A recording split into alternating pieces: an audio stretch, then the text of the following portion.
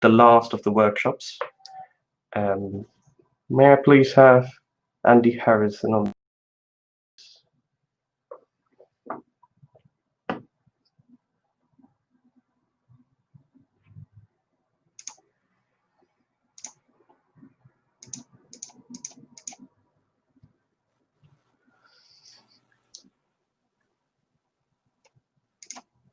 Afternoon, Andy. Good afternoon. Let's give another couple minutes for people to settle in where they are going. Then we'll make a start. Okay. Easiest way, Andrew, is you say things. I will be your ghost behind trying to do things for you. Okay. Good. I've also got a slide on workshop rules. I mean the whiteboard, what to do, when to do as well. So we can share it when it's ready. And I'll also post it across when you do the breakout sessions and how we want to arrange them. Okay. All right, well, if you put that one up before the first breakout session, that'd be good. Yeah.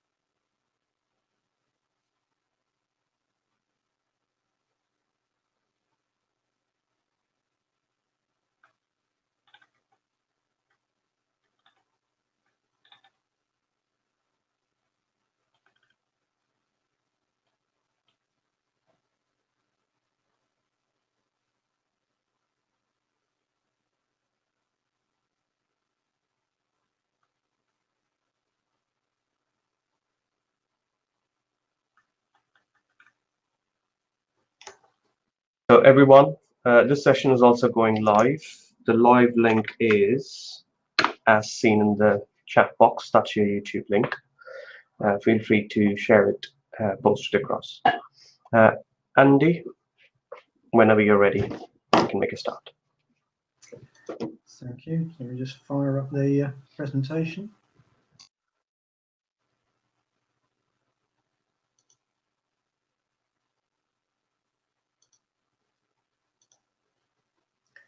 Right, so hopefully you can now see the presentation material. You can just confirm that, Pavan? Yes, we can. Okay. Right, so I'm not sure if this workshop session will take a full 2 hours or not. It'll depend on the level of interaction and discussion that we get into. But the intent is really to take you through a piece of work that we're about halfway through now in a 4-year research program. And part of that work activity is looking at a national knowledge base of deterioration information. So the intent is to give you a bit of the background for that and actually, try and get some use out of the brain power assembled for the conference to help validate what we're doing and see if there are any things that we may have unintentionally missed as we did our thinking. So what I'll run through briefly is a little bit of a background to the project, what we're intending to do, who's involved, and where we are in the process. We'll go through a series of sessions and breakout exercises to introduce you to the materials and the various ideas and concepts that we've been working with. And the intent really is it's partially to validate what we've already done, or to challenge it if you disagree with things that we've been looking at. And there's every chance that you'll say something or think of something which maybe has been outside of our visibility. So that you could well expand our thinking in terms of where we go for the remaining 2 years of this program. And then right at the end, we'll hopefully, having introduced you to some of the topics, we'll try and pick your brains again around who might be potential collaborators going forwards for the remainder of the program, if anyone has an interest around that side of things. So in terms of background, what we're going to talk about here is part of something called the Digitally Optimized Through Life Engineering Services project. And it is pretty much what it says. We're looking at digital technologies as a method of essentially supercharging engineering for services activity. So things which are going to keep an asset functional and operational for an extended period of time. So as a little bit of an introduction to that program, it's approaching a £4 million total program value, spread over 4 years. We're currently approaching the end of year 2 of that period, so we're almost at the halfway point. And the partners in the exercise are essentially 3 large original equipment manufacturers and providers of services. So Rolls-Royce, who predominantly our products are power supply systems. So generally in the part of the business which is engaged in this, it's civil aircraft engines, essentially. BAE Systems, who are obviously providers of military equipment and predominantly aircraft in the part of the business which is engaged here. And Bombardier Transportation, who are a provider of rail systems. So we represent essentially the customers for a national deterioration knowledge base. There are 2 academic partners, Cranfield University and the University of Cambridge. Cranfield University is the one involved in the knowledge base element of the program predominantly. And then we have some digital capability suppliers. So ANSYS, who provide analytical software packages, and CFMS, who are based down in Bristol, who provide essentially a research centre for computational systems and simulation. And it's CFMS who are hosting the knowledge base, and we ultimately see as being the provider of that service to a broader audience on an ongoing basis, always assuming that the research is successful. So they're the basic players in the consortium which is behind this. In terms of what we're trying to achieve, we started off with a view that there was potentially a third of all of the cost of keeping large long life assets operational is waste, in that 2/3 of the cost is the fundamental underlying cost profile that you can pretty much not avoid having to spend, and 1/3 is potentially things that are avoidable if we only made the right decisions at the right time. So we did some thinking about where those decision points lay, and if you start at the top of this chart, we concluded that one of the biggest opportunity areas was in the design process, and essentially being able to design things which would work for longer before they required any kind of maintenance activity. We then concluded that if they could be operated in a more benign fashion, so within the constraints of what the operator is trying to achieve using the asset, that there may be the opportunity to extend operational time even further. We then make decisions about when to maintain, and those decisions are generally imperfect in terms of the timing element. So we concluded that there was a significant opportunity in the planning activities of choosing when to do maintenance to take even more operational disruption out and get more uptime. Then we got into something we describe as work scopes, which are essentially, having decided to do some maintenance, you now have to decide exactly what you're going to achieve. So are you going to disassemble the entire machine and inspect it, or are you only going to disassemble one quarter of it? So there are choices to make about the scope of the maintenance when you've chosen to do it. and that decision-making process is highly influential on the cost profile that you then see. We then have the perfect maintenance execution, which is all about doing what you planned in the most efficient way, any in the work that you planned, and making sure you use the minimum amount of resources.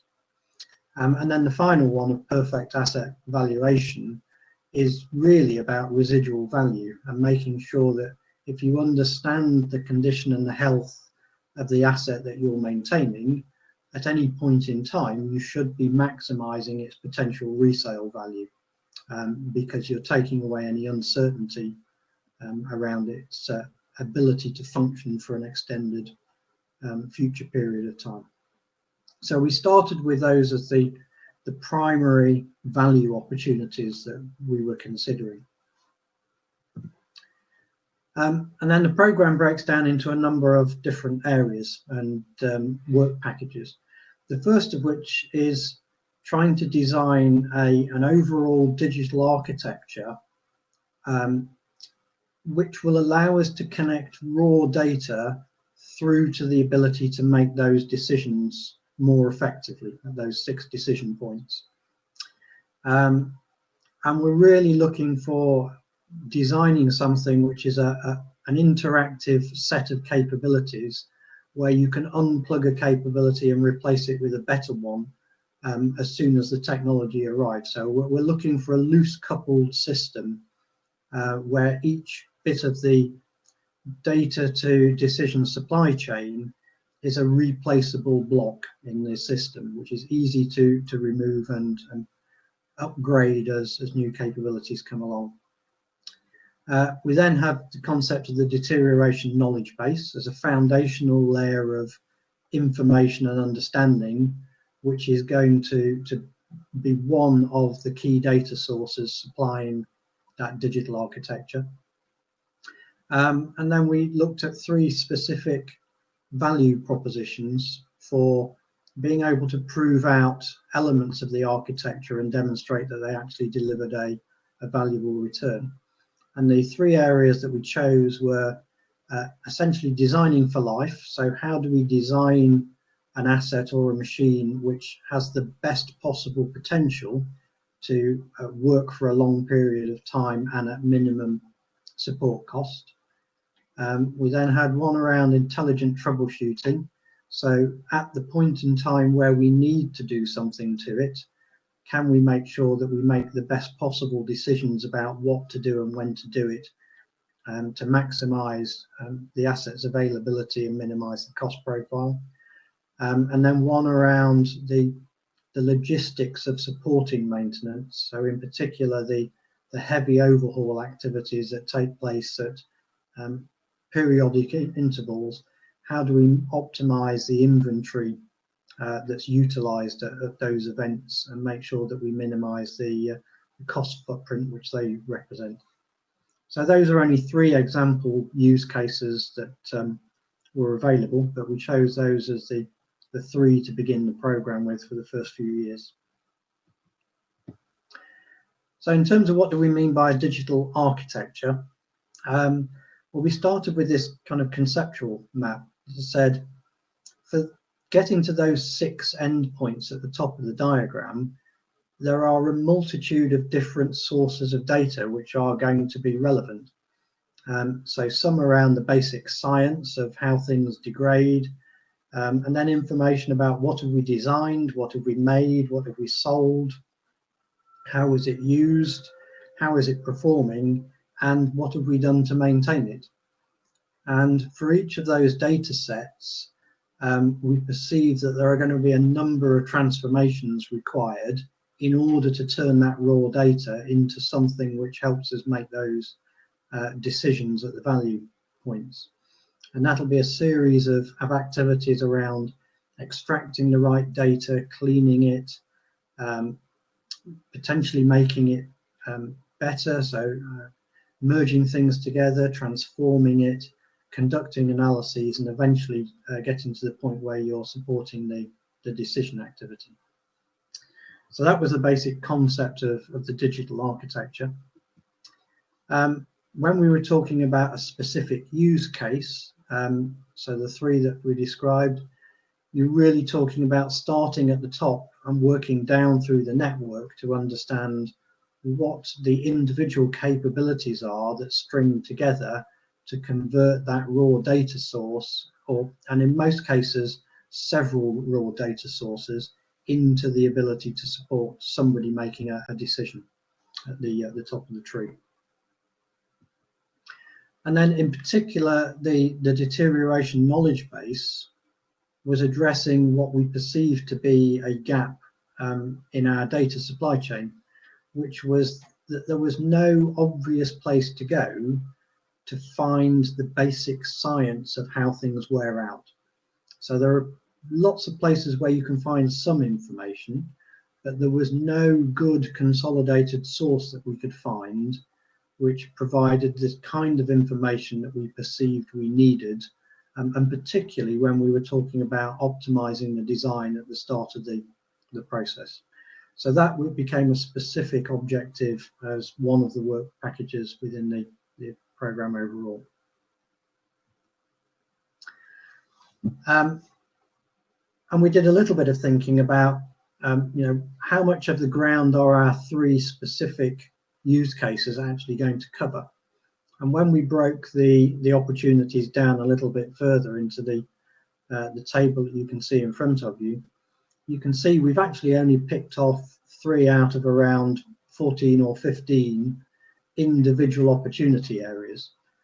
So they are only going to be examples of some of the things you can do to extract value, and they're certainly not an exhaustive activity that covers all of the ground.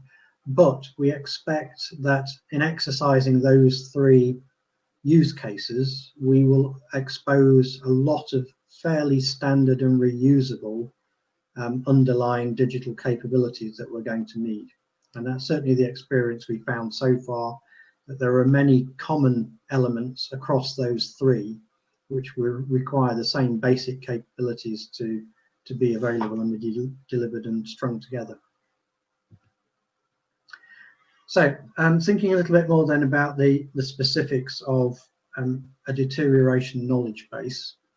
And the first thing I really want to touch on is, what is the content of a knowledge base? So one of the obvious things we've had to think about is what do you put in it? And that has to largely be driven by the need, essentially. So we started to think about what is the purpose of the deterioration knowledge base. And at the top of this diagram, it shows examples of the 3 major products that our 3 OEM companies provide, and they all have some fairly common parts of their DNA, and that is that they're expected to work for a very long period of time. So generally speaking, all of our assets have a lifespan, when we make one, of at least 25 years of operation. And they can also be in operation for a large period of time. So the engines on aircraft, trains, they can easily be operational for 12 or 13 hours a day, every day of the year for several years in between significant overhaul activities. So they spend a huge amount of time in operation. And that leads to very high in-service cost profiles. So, we have a little bit of an analogy that the gas turbine engine on your Boeing or Airbus aircraft is pretty much the equivalent. If we would put that into the car world, we're doing the same as designing a Ferrari, providing it to a taxi company who will drive it for 13 hours a day for the next 25 years, which means by the time we retire that car from service, it will have achieved more than 2 million miles of operation.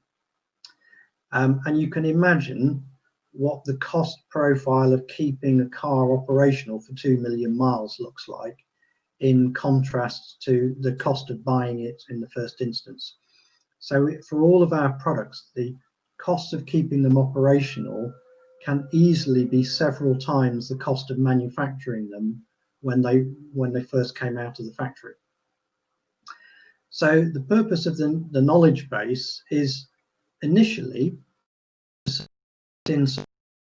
so as we learn about the way in which the products degrade and deteriorate, can we store that learning and recycle it and use it to make ever better decisions about how to manage that product and to keep it operational and to minimize the costs of doing so.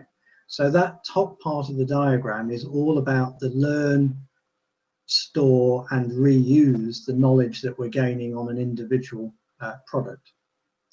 But then there's a second circuit involved, which says, well, what we learned on the previous product should surely be of value for designing the next product. So they're all essentially obeying the laws of physics, and the laws of physics don't have a habit of changing too often. So we should be able to reuse that experience to a large extent to get the design of the next product better. So that becomes the second loop. And we should also be able to feed our design understanding into the knowledge base in order to be able to provide a baseline so that we understand what we expect to see, and we can then compare and contrast that to what we actually see as a way of providing an early warning system that things are not perhaps developing as we thought they would, and therefore we may have to put in place some additional mitigations or controls on managing and supporting the product. So the knowledge base sits in the middle of those basically two cycles. So around the design loop into trying to get the design right in the first instance, and the support loop of making sure that we make the best decisions on products which are already designed and in operation. So at this point, I just want to skip over and have a go at the first exercise. So what we'll do in a second is I'll ask Pavan just to put up the details of how to run the exercise on the table, but we'll ask you in your table groups just to spend 10 minutes thinking about where in the life cycle of a product, and by all means use the list of decision points that we've got on the screen in front of you, where do you think a deterioration knowledge base has the most opportunity to make a difference to how well we do? So we'd encourage you to try and identify the top 3 areas that you think it's going to have an impact, and to come up with a little bit of a value judgment of, do you think in those areas a knowledge base is truly valuable or not, or is it irrelevant? And if it does have some value, can you articulate how? So we'll ask you to spend 10 minutes in your group having that discussion, capture some notes on the whiteboard, and then we'll come back and get some feedback from the tables at the end. So it would be useful if in the chat you could just give a little bit of feedback on whether or not you found anything, your table number, and if you're in a position or happy to provide some feedback, that would be useful. So Pavan, are you in a position just to give the details in practical terms how we want this recorded? Yes. So what we have done is I've just put up a slide which says guidance. As a rule of thumb, I would suggest looking at the number of people. Could you distribute yourselves? If you're not on a table of 4, that would be great. So is that okay, Andy? Yeah, no, that's fine. 4. So I'm expecting about 5 tables. The reason I ask you only in 4 is because then within that group you can manage it. This is a kind of guidance. I've actually posted this in the general chat so people can download it to keep it as a reference on your desk to see what the whiteboard works. I will try to jump into each of the tables just to facilitate this. You would also see I have uploaded another slide. So if I come out of that, And if I show you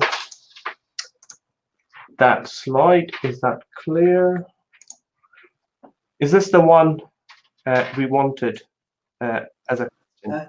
No, not for this one. So this is just a general whiteboard one. That's a general whiteboard then. So when you go to your table, I'm going to stop sharing now. So when you go back to your table, you will see a whiteboard. So I'm just going to show you a sample on the screen so that you know what we're doing, and people who are speakers can automatically be added to this. All you do is think about it as a word editor. You can post it, you can put a table, a column, you can put a text, you can copy paste an image within your table.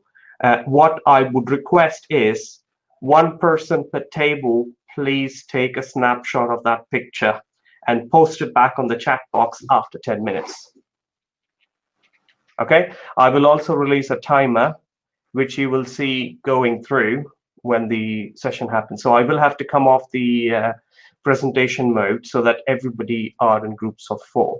So please occupy a table right at the front of the stage, please. The way to move between tables is by double-clicking an empty chair. 4 per table, please. Okay? Okay. So you have about 10 minutes. Right. Let me stop here and go back to the table. Andy, if you don't mind, should we actually go on different tables to see what's happening? Yeah.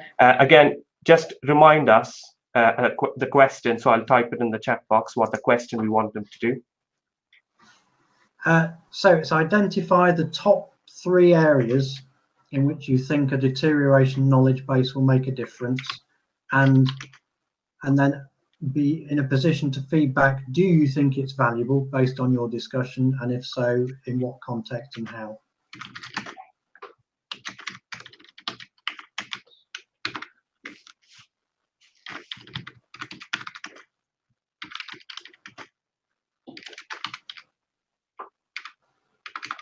So feedback with a reference in it.